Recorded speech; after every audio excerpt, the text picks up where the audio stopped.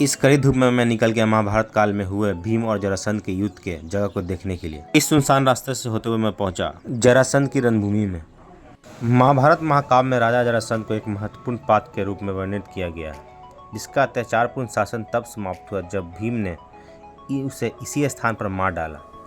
कुख्यात जरासंध की कथा के अनुसार उसने 99 राजाओं को पराजित किया और बलि के रूप में चढ़ाने के लिए कैद कर लिया।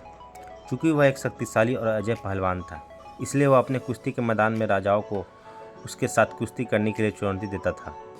जरासंध की भयावह योजना को समाप्त करने के लिए कृष्ण ने भीम को सलाह दी कि वह जरासंध को मारने के लिए द्वंद्व युद्ध में उसे धोखा दे।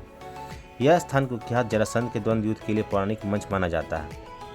कृष्ण जरासंध से मथुरा में मुकाबला नहीं करना चाहते थे। उन्हें पता था कि जरासंध से मथुरा में लड़ना कोई समझदारी भरा काम नहीं होगा। भगवान श्री कृष्ण का नाम रणछोड़ भी है। आपको इस बात पर हैरानी हो सकती है कि हर काम में सक्षम भगवान कृष्ण को रणछोड़ क्यों कहा गया।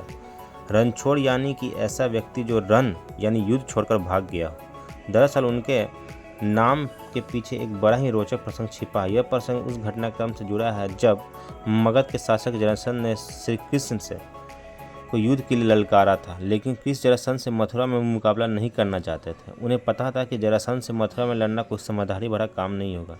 ऐसे में कृष्ण ने अपने भाई बलराम व समस्त प्रजननों के साथ युद्ध न करने का फैसला किया। जरासंध की खासियत यह थी कि वह युद्ध में मरता नहीं था। अखाड़े में राजा जरासंध और भीम का युद्ध 13 दिनों तक चलता रहा।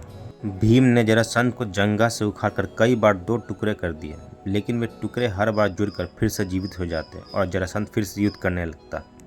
फिर श्री कृष्ण ने एक तिनके के बीच में से तोड़कर उसको दोनों भाव को विपरीत दिशा में फेंक दिया।